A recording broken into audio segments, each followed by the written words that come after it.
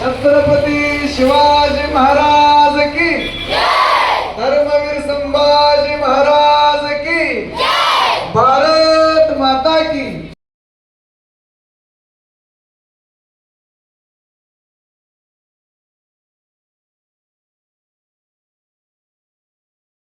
परिसरामध्ये वास करतोय. त्या परिसरामध्ये कृष्णामाईच्या तीरावरती अनेक ठिकाणी दत्तात्रयांची ठिकाण. मग ते औदंबर असेल, नरसोबाची वाडी असेल, त्याचबरोबर जिथं मुकुंद महाराज आहेत ती पूर्व काळामध्ये दत्त महाराजांच्या तपश्चर्येची भूमी आहे. त्यामुळे तुम्ही आलेला हा योगायोग असू शकत नाही. त्या शरीराला आम्ही जपलं पाहिजे, ते शरीर सुदृढ ठेवलं पाहिजे. सुदृढ शरीर म्हणजे फक्त मोठं शरीर नव्हे.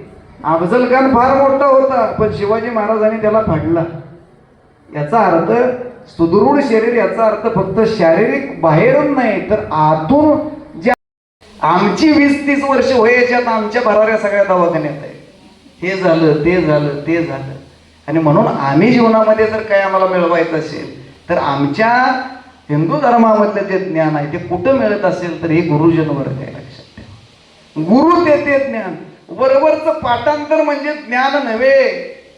लक्षात ठेवा, पाठ करून केलेल्या ज्ञानाला ज्ञान म्हणत नाही, विज्ञान म्हणत नाही. ज्ञानेश्वरीमध्ये ज्ञानेश्वर माऊलींनी सांगितले, ज्ञानाचा जन्म मुळात तैसी अंतःकरण कोहरी उपजली, तयाची प्रीती ती गंगामच मिळाली. ज्ञानरूपी गंगेचा उगम गुरूंच्या चरणाजवळच होतो.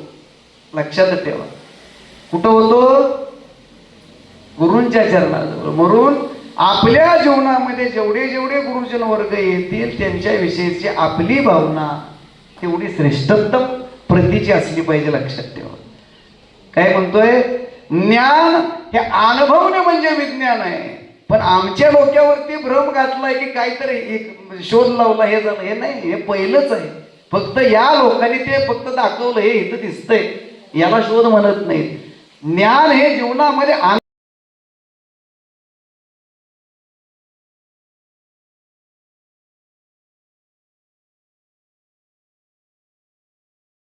व्यवस्थित त्या घटकावून सोडवायचं. जे सरांनी तुम्हाला त्या आकृत्या काढायला सांगितल्या,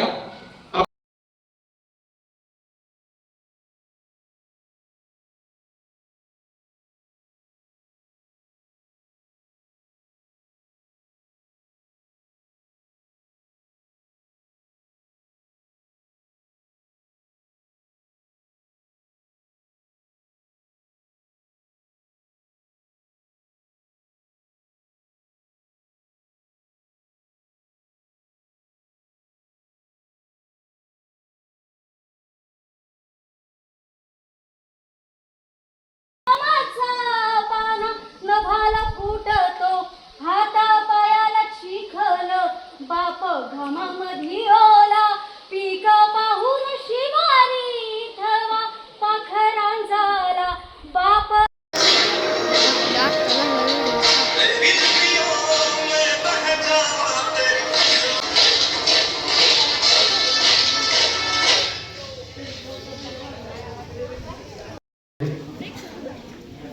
या गावामध्ये आपण आलोय, त्या गावाने तुमची इतकी छान सोय केलेली आहे. तुमची इतकी बसण्याची सुंदर सोय, सावलीमध्ये बसलेले आहात. पिण्यासाठी शुद्ध आरोग्याचं पाणी त्यांनी उपलब्ध करून दिलं, नाश्ता तुम्हाला दिला, चहा दिला. थोडस जाताना सुद्धा त्यांनी आपलं नाव काढावं. एक चांगल्या आठवणी आपण इथं घेऊन जाऊया, बाकी काय नाही. तसं तुम्हाला पुस्तकापेक्षा हे ज्ञान खूप आता गरजेचं असं वाटतं मला तरी. जरा थोडंसं अध्यात्म, थोडंसं जरा चांगलपणे घ्यायला शिका जरा. महाराजांनी एवढं छान सांगितलं तर काही सुद्धा एक सुद्धा गुण तुम्ही घेणार नाही असं तुमच्याकडे तोंडावरून दिसते मला. महाराजांनी शेवटी एक छान अशी तुम्हाला गोष्ट सांगितली. त्या गोष्टीतून काय घेतलं हे मला माहिती नाही. जीवनाचा खरा अर्थ नेमका काय होता याची सुद्धा तुम्हाला माहिती नाही आहे. तुमच्या बाजूला इथं मंदिर आहे आणि पलीकडच्या बाजूला स्मशानभूमी आहे. बघितली का बघा? हा, बघितली ना? असं म्हणतात की स्मशान शांतता असते. त्या ठिकाणी गेलं तर खूप शांतता असते.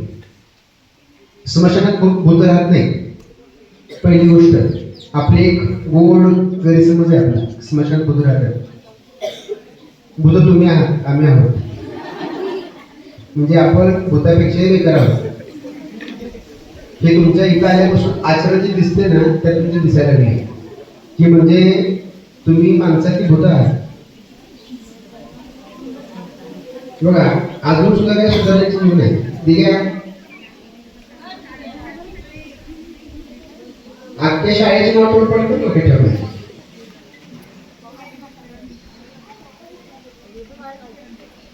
आपलं जीवन आणि मृत्यू लक्षात घ्या. मग अशी महाराजांनी सांगितलं की जीवनाचा ज्याला अर्थ कळतो त्याला ते कळतं. म्हणजे तुम्हाला इतकं सांगून सुद्धा इथं काय घेता येईल असं वाटत नाही.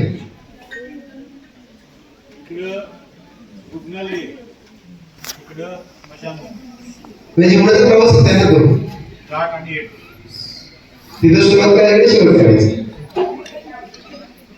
तर या मधलं जे आपलं जीवन आहे ते सुंदर करण्याचा आपण प्रत्येकाने प्रयत्न केला पाहिजे आणि त्यासाठीच आपण जगत असतो. आपलं जीवन सुंदर करायचं असतं. हे लक्षात घ्या, तिथून तिथपर्यंतच्या प्रवासातलं हे खूप महत्वाचं स्टेशन आहे. म्हणजे अध्यात्म ज्या ठिकाणी तुम्हाला परमेश्वर भेटतो, ज्या ठिकाणी तुमची कर्म तुमच्या सोबत असतात. एक या ठिकाणी आपल्या विद्यालयाचे मराठीचे शिक्षक, ज्यांची वाणी अतिशय गोड आहे, मधुर आहे, त्यांच्या वाणीतून नेहमी अगदी असे साखर अशी टपकत असते आणि त्यांच्या वाणीतून खरंच आता सर म्हणजे आता 75 आमच्याकडे 80 रुपये किलो व्हायला लागलेली साखर आहे. ती शिंदे सरांकडे मोफतच आहे तोंडात, म्हणजे भरपूर साखर त्यांच्याकडे आहे. मला वाटतं त्यांनी एक गीत सादर करावं आणि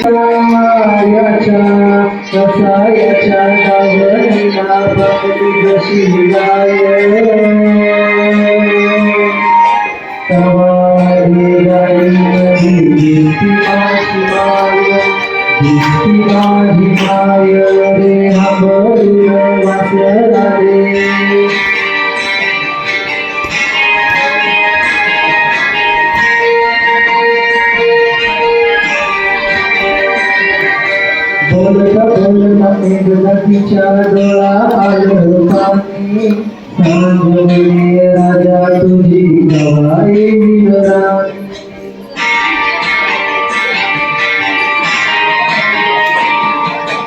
बोलता बोले तवा नदीच्या मध्ये नुसती माझी माय रे, नुसती माझी माय.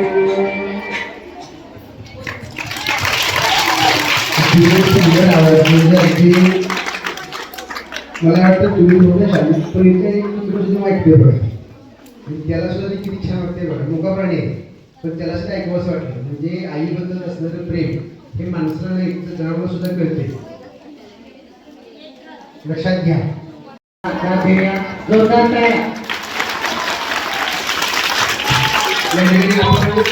या असलेल्या पवित्र वास्तूमध्ये बसलेला आहे. श्रावणाचा महिना सुरू आहे. श्रावणामध्ये बऱ्याच स्त्रिया कोल्हापूर भागामध्ये जर गेल्या तर दोघा मागून त्या ठिकाणी धपाटे करतात. पहा, उपवास धपाटे चालतो का तिकडे? इकडे चालतं काही मला माहिती नाही, पण आमच्याकडे चालतं होतं धपाटे. मला वाटतं असं म्हणजे ते घरी घरच्या पिठातून खायचं नसतं, ते जोगा मागून ते खायचं असतं. म्हणजे आल्यानंतर प्रत्येक घरामध्ये जायचं. जोगा कन्सेप्ट माहिती आहे का? जोगा म्हणजे काय माहिती असेल? काय असतं जोगा म्हणजे? असतं 5 किंवा 10 घराची मागायची आणि त्याच्यातून जे पीठ त्याच्यातून ते करायचं वगैरे धपाट वगैरे करायला भेटत असतं. आपल्या ग्रामीण भागाच्या मुलावर शहरातल्या कोणी नाही. शहरातल्या विचारांनी दूधमध्ये मुलं पहिले देतं. तसं आपल्याला काय अवस्था असं मला ते वाटत नाही. एक जोगा गीत म्हणतो तुमच्या सगळ्यांसाठी आणि आपण थांबूया.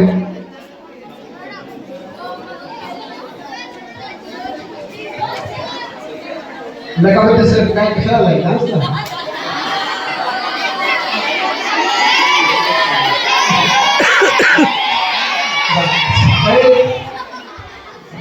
इथं काही तर वाटण्यासारखं काही पद्धत नाही. इथं पहिलं पाणी ठेवलं विनाकारण वाटायला उल्लेख करायला नका. विनाकारण बस त्या ठिकाणी एक जोगवा गीत आहे तुमच्यासाठी सादर करतो. पाठीमागं कुंभार म्हणतोय मुशात बस. चला रे यार ध्यानो जाऊ जाऊ जोगव्याला चला रे यार ध्यानो जाऊ जाऊ जोगव्याला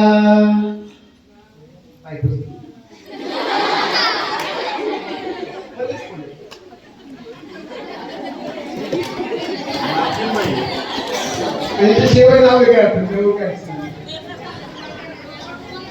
चालू करूया आपण एरोप्लेन पुढे टाकला